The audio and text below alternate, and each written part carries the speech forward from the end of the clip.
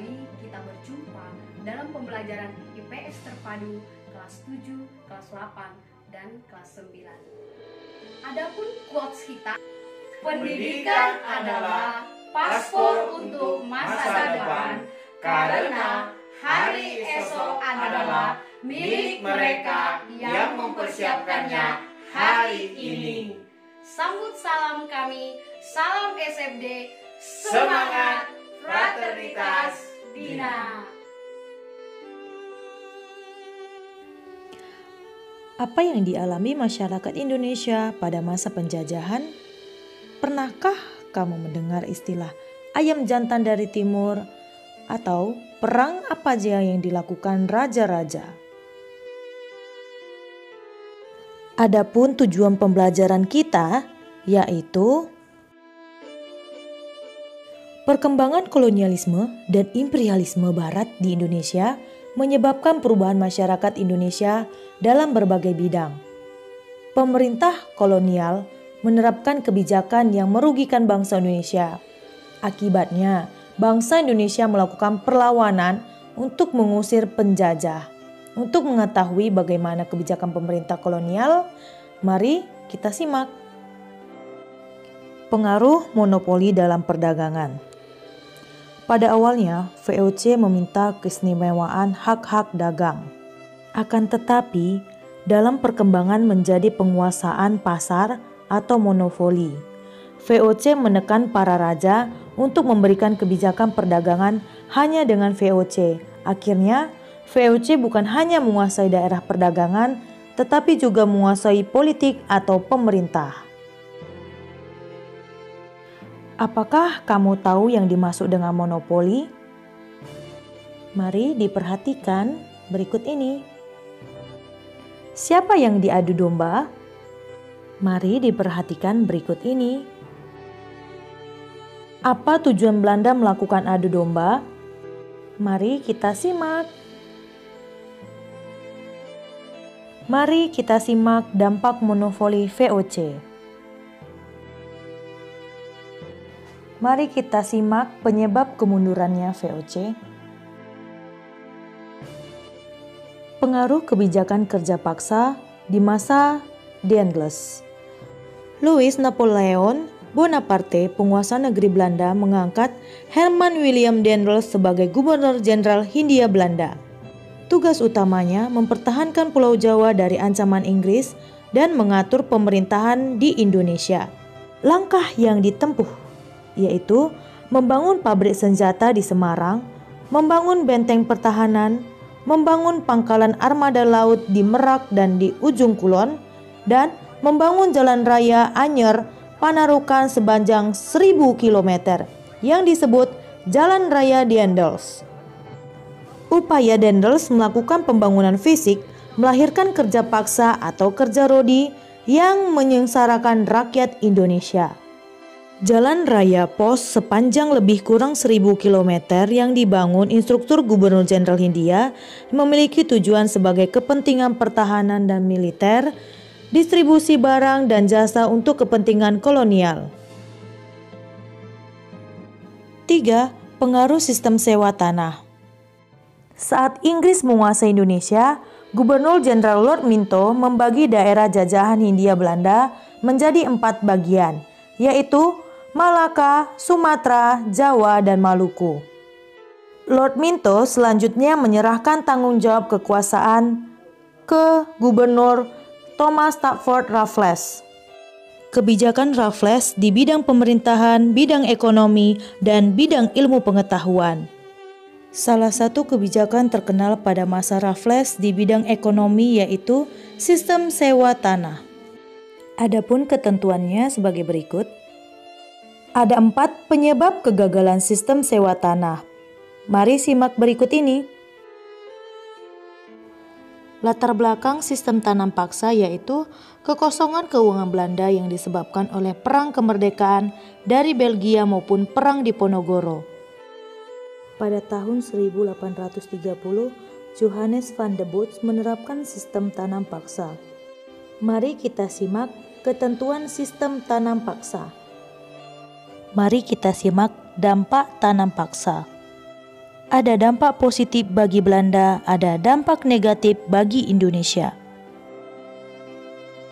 Tokoh penentang tanam paksa ada Edward Douwes Dekker. Yang kedua ada Baron van Huyvel. Yang ketiga ada Fransen van der Putte. Mari kita simak isi dan makna Undang-Undang Agraria tahun 1870. Mari kita simak Undang-Undang Gula. Perlawanan terhadap kolonialisme dan imperialisme. Pada tahun 1529 terjadi perang antara Tidore dan Portugis. Portugis menghalang-halangi perdagangan Belanda dengan Tidore. Portugis menembaki perahu dari Belanda yang akan membeli cengkih ke Tidore. Tidore tidak terima dengan tindakan armada Portugis lalu melakukan perlawanan. Dalam perang tersebut, Portugis berhasil mengadu domba kerajaan Ternate dan Tidore. Portugis mendapat dukungan dari Ternate dan Bacan. Akhirnya, Portugis mendapat kemenangan. Sultan Hairun berhasil menyatukan rakyat dan mengorbankan perlawanan pada tahun 1565. Portugis terus terdesak oleh gempuran tentara kerajaan yang didukung rakyat. Portugis menawarkan perundingan kepada Sultan Hairun. Sultan Hairun adalah raja yang cinta damai sehingga menerima ajakan Portugis. Tahun 1570 dilakukan perundingan di benteng Sao Paulo. Pada awal perundingan semua berjalan seperti sebuah pertemuan pada umumnya, yaitu membicarakan suatu hal penting. Pada saat itu, Sultan Hairun tidak menaruh curiga sedikit pun. Namun, pada saat perundingan, tanpa disangka-sangka tiba-tiba Portugis menangkap Sultan Hairun dan pada saat itu juga membunuhnya. Sultan Baabullah, putra Sultan Hairun, dengan gagah melanjutkan perjuangan ayahandanya dengan memimpin perlawanan. Saat bersamaan, Ternate dan Tidore bersatu melancarkan serangan terhadap Portugis pada tahun 1575. Pada tahun 1605, Portugis berhasil diusir oleh VOC dari Ambon. Perlawanan Aceh. Tahun 1554 sampai 1555, bangsa Portugis berupaya menguasai lalu lintas perdagangan di Selat Malaka termasuk Aceh, dengan cara menghalangi orang Indonesia berlayar untuk berdagang ke India dan Timur Tengah. Namun gagal. Pada masa pemerintahan Sultan Iskandar Muda, armada Aceh telah disiapkan untuk menyerang kedudukan Portugis di Malaka.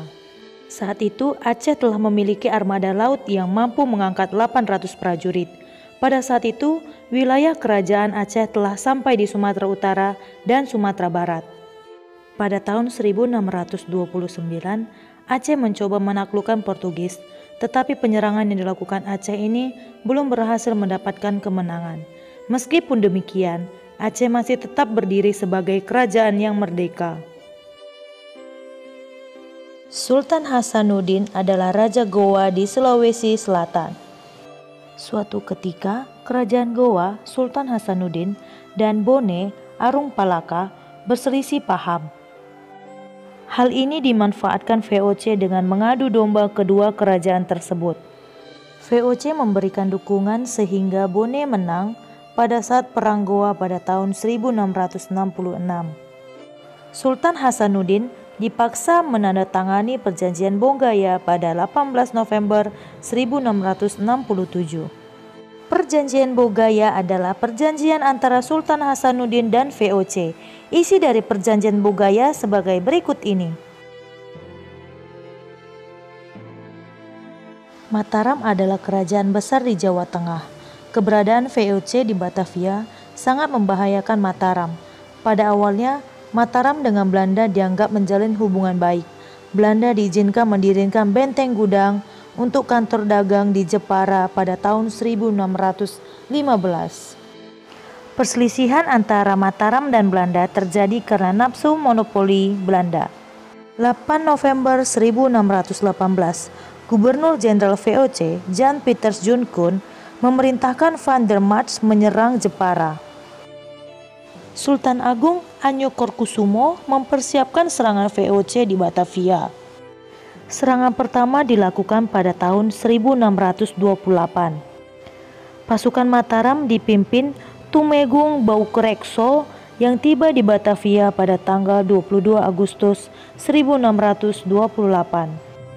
Selanjutnya menyusul pasukan Tumenggung Surasura Agul dan kedua bersaudara yaitu Kiai Dipati dan Mandurejo dan Upasanta. Namun serangan gagal karena kurangnya perbekalan juga disebabkan Mataram kurang matang dalam memperhitungkan medan pertempuran. Serangan dimulai pada tanggal 1 Agustus dan berakhir 1 Oktober 1629. Serangan kedua pun gagal dikarenakan kelemahan yang sama seperti serangan pertama. Serta lumbung padi persediaan makanan banyak dihancurkan Belanda, sehingga semakin memperlemah kekuatan Mataram.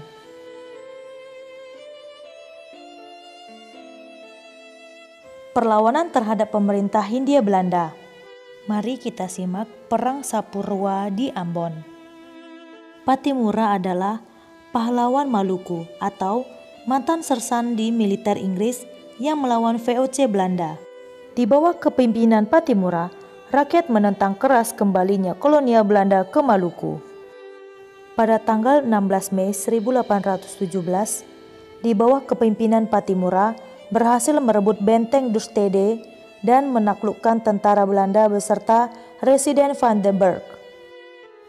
Belanda tidak mau menyerah begitu saja, kemudian membuat operasi besar-besaran menggunakan senjata modern yang membuat pasukan Kapiten Pattimura mundur. Pattimura ditangkap Belanda, beberapa kali dibujuk oleh Belanda untuk bekerja sama, namun ditolak Pattimura. Akhirnya, pada tanggal 16 Desember 1817, di depan benteng Victoria, Kapten Pattimura diadili dan dieksekusi. Setiap tanggal 15 Mei di kota Ambon, diadakan acara memperingati perjuangan Pattimura. 2. Perang Padri di Sumatera Barat. Mari kita simak latar belakang Perang Padri. Perselisihan kaum Padri dan kaum adat dimanfaatkan oleh Belanda. Belanda mendukung kaum adat yang posisinya terjepit. Kaum Padri yang sasaran utama Belanda pada tahun 1821 dipimpin oleh Tuanku Iman Bonjol, Tuanku Nan Cerdik, Tuanku Tambusai, Tuanku Nan Alahan, sehingga membuat Belanda menjadi terpojok. Belanda menghadapi perlawanan Pangeran Diponegoro 1825 sampai 1830. Belanda sadar jika perang tetap dilakukan Belanda akan kalah. Sehingga Belanda mengajak kaum Padri berdamai pada tanggal 15 November 1825. Belanda fokus perang di Ponorogo. Setelah berhasil memadamkan perlawanan di Ponorogo, Belanda fokus untuk melakukan penyerangan kedudukan Padri.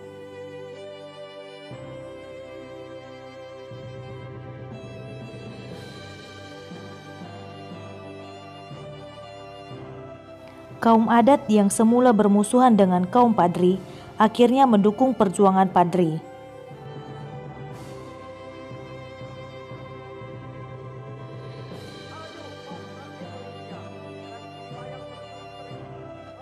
Tiga, Perang Diponegoro.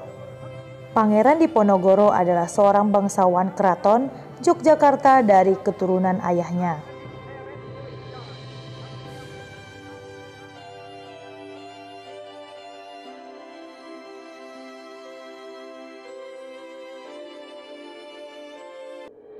Menyerang pangeran.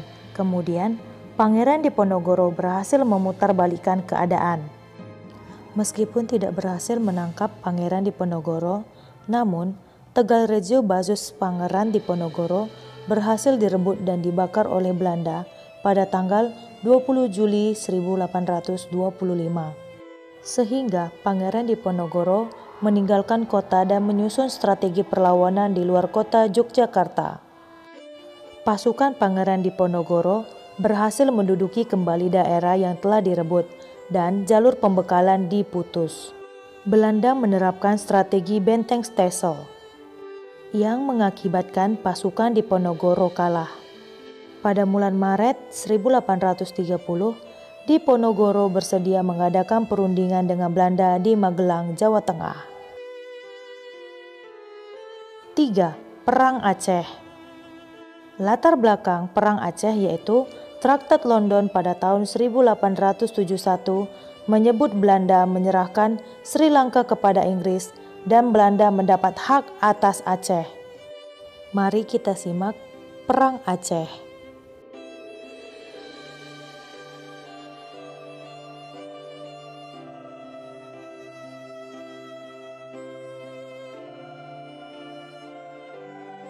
Dampak Perang Aceh yaitu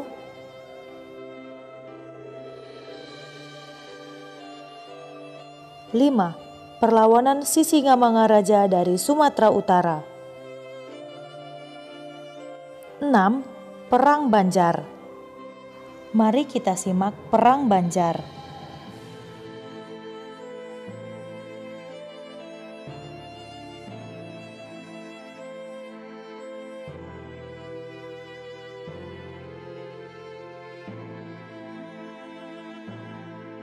Tujuh, Perang Jagara Bali. Mari kita simak Perang Jagara Bali.